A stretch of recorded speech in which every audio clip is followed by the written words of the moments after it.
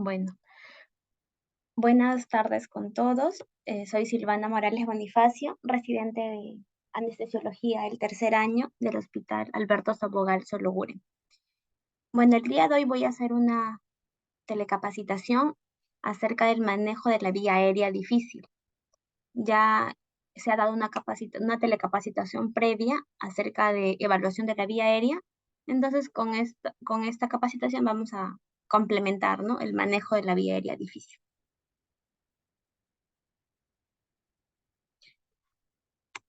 Bueno, entonces vamos a iniciar definiendo de forma breve en qué consiste, ¿no?, una vía aérea difícil. Las guías lo definen como aquella vía aérea en la cual un anestesiólogo experimentado va a tener dificultad para poder ventilar, ya sea con mascarilla, o dificultad para poder realizar la intubación orotraqueal, ¿no?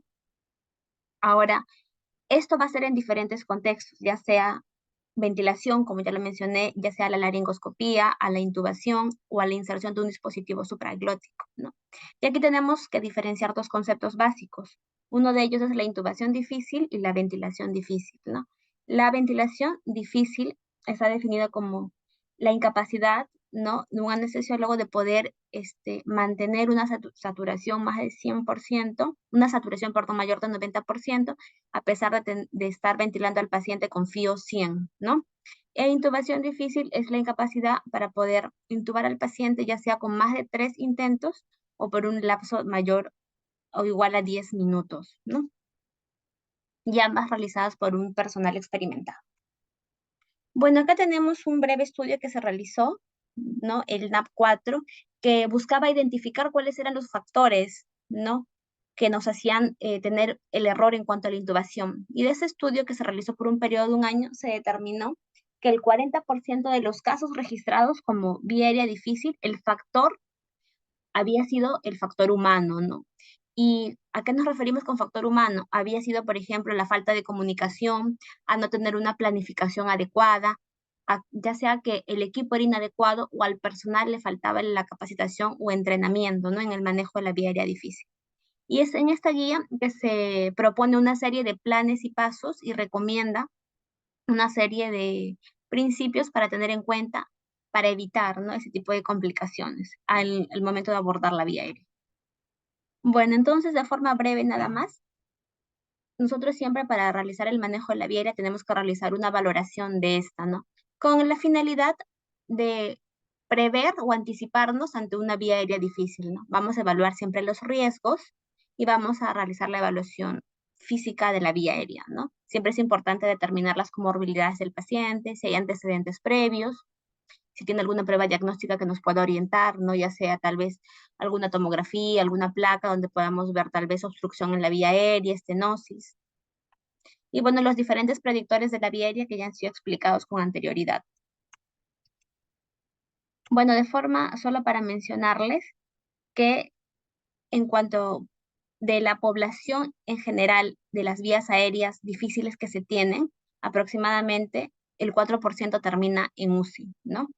En UCI tenemos otro tipo de score de evaluación, ¿no?, que es usualmente el score de Macocha, que lo vemos acá, que es la valoración de la vía aérea en el paciente crítico, que se evalúan estos parámetros, ¿no?, el Mallampati, si hay apnea obstructiva del sueño, la movilidad cervical, la apertura oral, el Glasgow, si hay hipoxia severa, o si el personal no es un personal anestesiólogo, ¿no? Esto es solo para un recordaris porque ya lo hemos visto anteriormente. Bueno, esas son situaciones de vías aéreas especiales, ¿no? Tanto el obeso como la gestante, como traumatizado. El obeso, en este caso, es una vía aérea difícil, ya tiene todos los predictores, y aparte porque tiene una disminuida capacidad de reserva funcional, ¿no? La gestante, todos sabemos que toda gestante es un estómago lleno, por lo tanto hay gran riesgo de aspiración, ¿no? Y con el paciente postraumatizado no sabemos en qué condiciones nos llega el paciente, no sabemos si ha comido recientemente, puede tener a nivel lesión cervical, ¿no? Entonces, para la valoración de la vía aérea de este paciente siempre utilizamos, ¿no?, el acrónimo de Lemon, ¿no? Look, que básicamente es observar, ¿no?, observar las características, evaluar siempre la regla del 3-3-2, siempre evaluamos la apertura oral, si hay algún tipo de obstrucción en la vía aérea, ¿no?, y siempre vemos la movilidad cervical, ¿no? Bueno, entonces, a mí, ¿para qué me sirve el hecho de tener, saber que un paciente tiene una vía aérea difícil? Básicamente para poder tener un plan de anestesia, ¿no? Para poder anticiparme. Una vez que yo voy monitorizando a mi paciente, voy ya, solicitando el equipo de vía aérea difícil, ¿no? Para yo poder formular una estrategia. ¿Cómo voy a abordar esta vía aérea? ¿Será un paciente con intubación despierta? Primero ventilaré al paciente para ver si es Primero ventilaré al paciente para ver si es un paciente ventilable, ¿no? O, por ejemplo, si sé que es un paciente tal vez con una tumoración cervical grande que me va a impedir poder abordar la vía aérea, tal vez coordinaré con los cirujanos de cabeza y cuello en todo caso para que nos puedan apoyar con una traqueostomía de emergencia, ¿no? En fin, pero básicamente el hecho de tener ya de forma anticipada, saber que una vía aérea es difícil, nos va a permitir tener una planificación y formular una estrategia, ¿no? Bueno, entonces, una vez que yo ya determiné que tengo un paciente con vía aérea difícil y tengo que asegurar la vía aérea, pues tenemos que trabajar en equipo, asignar roles, hacer un checklist, ¿no? Tener ya nuestro algoritmo de actuación en el caso que sea una vía aérea difícil. Básicamente eso lo tenemos con las guías DAS. Y bueno, lo ideal es que estemos entrenados, ¿no?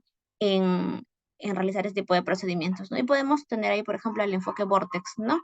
Que también nos brinda un enfoque de manejo a la vía aérea difícil. Bueno, simplemente acá podemos observar que hay diferente personal para el manejo de la vía aérea, ¿no? Tenemos al primer intubador, ¿no? Que va a la cabeza, al segundo intubador que va a ser el ayudante. Tenemos acá a la enfermera circulante, ¿no? Y siempre indican que tiene que haber un líder del equipo, ¿no? Aquí está nuestro monitor y nuestro equipo de viera. Esto debería ser lo ideal, ¿no?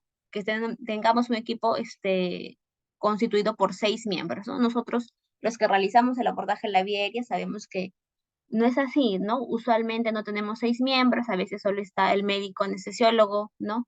Con el residente y la circulante, y son 3 personas que nos ayudan, ¿no? Entonces, pero en una situación ideal, cumpliendo con los protocolos, con las listas de verificación, debería ser así, ¿no? Bueno, simplemente es una lista de pasos que se tendrían que cumplir, ¿no? El checklist antes de realizar el abordaje de la vía aérea, ¿no? Que en la primera parte consiste en preparar al paciente, ¿no? La segunda parte es tener todo el material. Estamos hablando de la monitorización, estamos hablando del equipo de vía aérea difícil, ¿no? Diferentes tubos con diferentes diámetros, tener otros dispositivos como videolaringos, palas articuladas, intercambiadores o dispositivos supraglóticos, ¿no? Luego es que el equipo se encuentre preparado, ¿no? Que estén asignados los roles, ¿no? Qué persona es la que va a pedir ayuda si es que la intubación fracasa, ¿no? ¿Quién va a encargarse de determinar cuánto tiempo vamos, ¿no? Si es que tuviéramos que tener el paciente en apnea porque no podemos asegurar la vía aérea, ¿no? Y básicamente, ¿qué es lo que haríamos, no? Acá tenemos los planes A, B, C, D, E, que son los planes según las guías DAS, que ya más adelante van a ser explicadas mejor. Bueno, entonces una vez que nosotros ya tenemos monitorizado a nuestro paciente, ya nosotros iniciamos el abordaje de la vía aérea, ¿no? Primero, sabemos que necesitamos tener una preoxigenación adecuada, ¿no? Para asegurar un tiempo de apnea segura. La literatura te indica que tiene que ser con aproximadamente de 10 a 15 litros con un FIO 100, ¿no? Esto lo podemos hacer con la máscara de reservorio, que es lo que usamos inicialmente en sala, ¿no? Una vez que ya tengo a mi paciente preoxigenado, si es que es una vía difícil, tengo que posicionarlo de la forma adecuada, ¿no? Ya sea colocándole en olfateo, en una posición en rampa, con la posibilidad de que la laringoscopía y la intubación sea exitosa al primer intento, ¿no? Siempre buscamos alinear los ejes.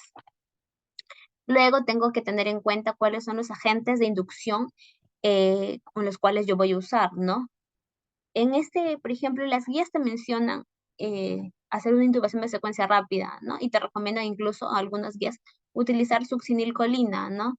En todo caso, si es que no usáramos succinilcolina por todos los riesgos o las complicaciones o los efectos adversos descritos, se recomienda usar rocuronio en el doble de dosis, ¿no? 1.2 por kilo, para tener el mismo efecto, ¿no? En cuanto a la latencia del medicamento.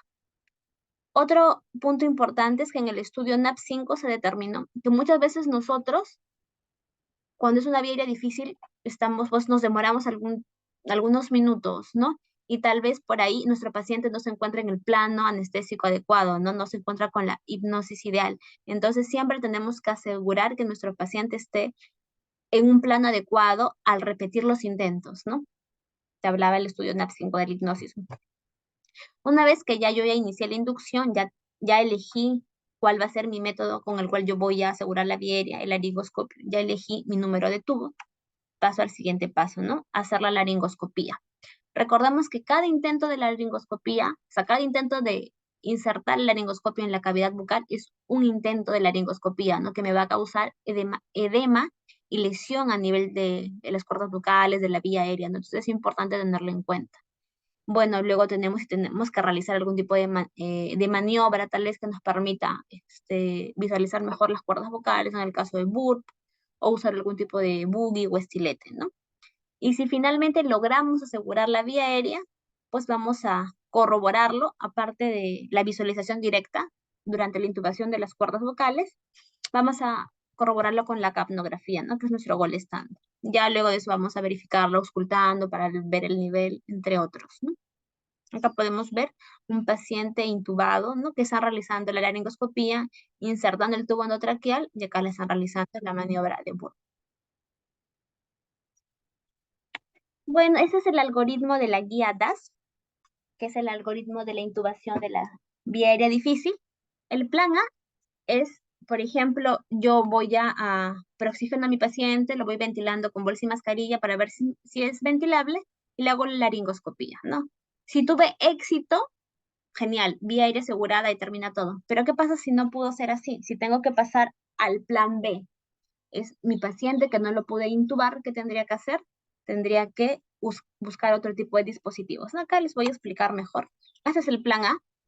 Como les mencionaba, la idea es garantizar la vía aérea, asegurarla en el primer intento, ¿no? Entonces tengo que oxigenarlo de forma adecuada, posicionar la cabeza. Tenemos que, ahorita estamos usando el término de oxigenación apneica, ¿no? Que es mantener la oxigenación con otro dispositivo, en este caso la cánula binasal, por ejemplo, mientras realizamos el proceso de intubación, ¿no? Cuando es una vía aérea difícil. Si bien es cierto, la oxigenación no va a ser adecuada, pero al menos te indica que te puede asegurar hasta un 40 a 50%, ¿no? Dependiendo de la condición del paciente, claro está. Bueno, acá lo que te indica es que si la intubación es difícil, ¿no? Tenemos que, a diferencia, por ejemplo, de otras especialidades que no usan relajantes neuromusculares, te indican que si la intubación es difícil, tú tienes que tener una adecuada relajación neuromuscular para que puedas tener una correcta visualización de las cuerdas vocales, ¿no? Y bueno, el otro es que utilices un dispositivo como el videolaringo, ¿no? Pero recordemos que si no tenemos entrenamiento con esos dispositivos, si no los usamos, no vamos a poder en realidad tener éxito, ¿no? Entonces también te recomienda la guía que uses el dispositivo con el cual tú estés entrenado y capacitado, ¿no? Bueno, esa es la segunda parte cuando no logramos realizar la intubación, ¿no? Cuando tenemos que tener un dispositivo, pensar en otro tipo de dispositivos, como en este caso, dispositivos supraglóticos, ¿no? Siempre tengo que, una vez si yo no aseguro mi vía aérea, que es en el plan A, paso al plan B, ¿no? Que el plan B, como les mencionaba, es el uso de otros dispositivos, ¿no? Entonces, lo que te indicaba es que máximo puedes intentar 3 veces la inserción de un dispositivo supraglótico, ¿no? Principalmente esto. Pero ¿qué pasa si es que yo lamentablemente no pude asegurar mi vía aérea con un dispositivo supraglótico, ¿no? Entonces tendría que pasar al siguiente paso. Este es un ejemplo, por ejemplo, de las máscaras laringeas. Esta es una máscara laringea de segunda generación. Tenemos de primera, segunda, tercera generación. No, la diferencia va a ser que en unas máscaras laringeas, sobre todo en las de segunda y las de tercera, tenemos los espacios, los dobles,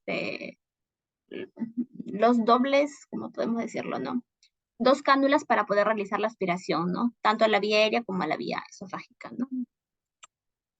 Bueno, ¿qué pasa si es que yo no pude colocarle un dispositivo supraglótico a mi paciente, ¿no? Entonces la otra indicación es que lo siga ventilando, que siga asegurando una buena oxigenación y perfusión de tejidos, ventilándolo, ¿no? Con máscara facial, ¿no? ¿Qué pasa? Si estoy en este punto y mi paciente es ventilable, ventilable quiere decir que pues estoy asegurando una saturación mayor del 90%, entonces, ¿qué es lo que te dice la guía? Despierta al paciente, despiértalo, ¿no? Ahora, si la ventilación no es, o sea, no es adecuada con la máscara facial, es imposible. La guía te indica, relaja al paciente, ¿no? Tal vez el paciente no está adecuadamente relajando, el paciente está pujando, entonces relájalo. Pero sin embargo, tú no puedes ventilar al paciente, así le hayas incrementado la dosis de relajante, la guía te dice, en ese momento tienes que declarar que el paciente es no intubable, no oxigenable y tienes que pasar al plan D. ¿Y cuál es el plan D? Pues el plan D es la cricotiroidotomía de emergencia, ¿no? Cuando falló la intubación, falló la oxigenación y nuestro paciente está con relajante. Entonces, lo primero que dices, pide ayuda, ¿no? Y el plan D que sería la crico de emergencia, pues, ¿no? Bueno, acá básicamente, ¿por qué te indican que es importante usar los relajantes neuromusculares? Porque te suprime los reflejos laringeos, ¿no? Te aumenta la distensibilidad y te permite poder ventilarlo mejor con la máscara facial, ¿no? Acá lo que les mencioné de usar succinilcolina o rocuronio, que básicamente los estudios te indicaban que al incrementar la dosis de rocuronio, tenías el mismo tiempo de latencia que la succinilcolina, ¿no? Y si es que en algún momento lo tenías que revertir, como en el paciente intubable no ventilable, pues usemos su Gamadex, ¿no? A 16 miligramos. Bueno, lastimosamente no lo tenemos, ¿no? Bueno, este es el mismo algoritmo de la guía, ¿no? Detallado nada más, ¿no? Es el resumen en realidad de todo lo que les he explicado. Bueno, no sé si alguien tuviera alguna pregunta, algo más. Bueno, muchas gracias. Bueno, muchas gracias con todos. Creo que ha sido una exposición bastante práctica, precisa y dirigida, ¿no? Dirigida a los objetivos que nosotros tenemos que tener con respecto al asegurar la vía aérea, ¿no? Bueno, muchas gracias con todos por la atención. Eso sería todo.